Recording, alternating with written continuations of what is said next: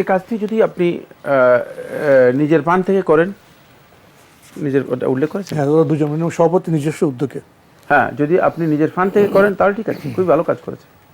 কিন্তু মসজিদের ফান্ড থেকে এই কাজ করতে পারবেন না, মসজিদের ফান্ড থেকে খরচও করতে পারবেন না। ব্যক্তিগত উদ্যোগ বলেছেন। হ্যাঁ, কারণ মসজিদের খরচ এটা নয়, এটা আমাদেরকে জানতে হবে যে কোনটা মসজিদের ফান্ড থেকে খরচ করা যাবে, কোনটা মসজিদের ফান্ড থেকে খরচ করা যাবে না। কারণ মসজিদের ফান্ডে মানুষ যখন দান করে তখন মানুষ একটা মসজিদের জন্যই দান করে থাকে। আর মসজিদ হচ্ছে আল্লাহ তাআলার ঘর, তো আল্লাহ তাআলার ঘরের তাজিমের সাথে এই দানের মানে সম্পর্ক রয়েছে। সুতরাং আল্লাহর ঘরের প্রয়োজনীয় কাজ যেগুলো আছে সেগুলো সম্পন্ন করা, সেগুলো যথাযথভাবে আদায় করা মসজিদের দান থেকে এটা ওয়াজিব, সেখান থেকে আদায় করতে হবে। আর আপনি যেটি বলেছেন যে লোকদের দাফনের ব্যবস্থা করা, অথবা এটাকে কি করা হয়, এই ঘন্টা, তারপরে কবর খোঁড়ার সরঞ্জামাদি, অথবা কবর করার জন্য যে সমস্ত খাটিয়া মাটি আছে এগুলো, এটা মূলত মসজিদের কাজ নয়, এটা মসজিদের দায়িত্বও নয়, মসজিদের কাজও নয়, এটি ভিন্ন বিষয়। যেহেতু সামাজিকভাবে আমাদের দেশে এই কাজগুলো করা হয় থাকে, এই জন্য হয়তো মসজিদ ভিত্তিক সমাজ হলে সেখানে মসজিদ ভিত্তিক এই কাজগুলো আঞ্জাম দেওয়া হয়ে থাকে। সেক্ষেত্রে এই কাজের জন্য ব্যক্তিগত ফান্ড থেকে যদি খরচ করে থাকেন তাহলে আপনার জন্য জায়েজ আছে, তবে মসজিদের ফান্ড থেকে এটা করতে পারবেন না।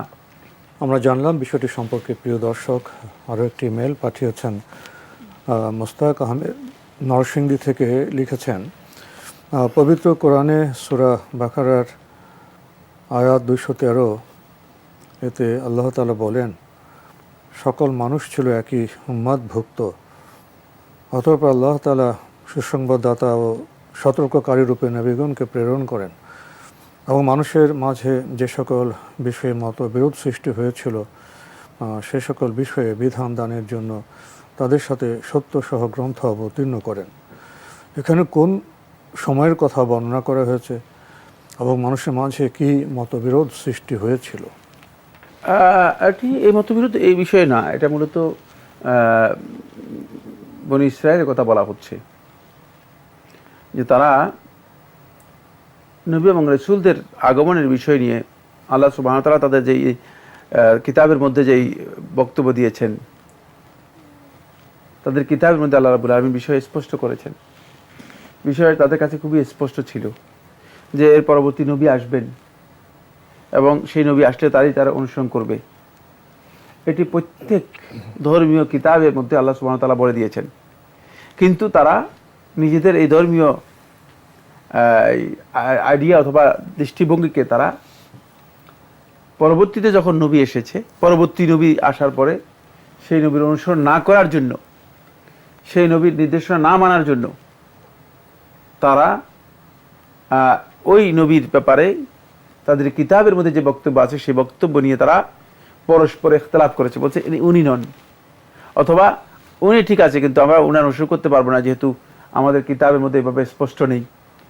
এই নিয়ে নিজেদের মধ্যে একটা ইখতিলাফ, মতবিরোধ তৈরি হয়েছে। এই ইখতিলাফ মূলত মৌলিক আকীদাগত ইখতিলাফ।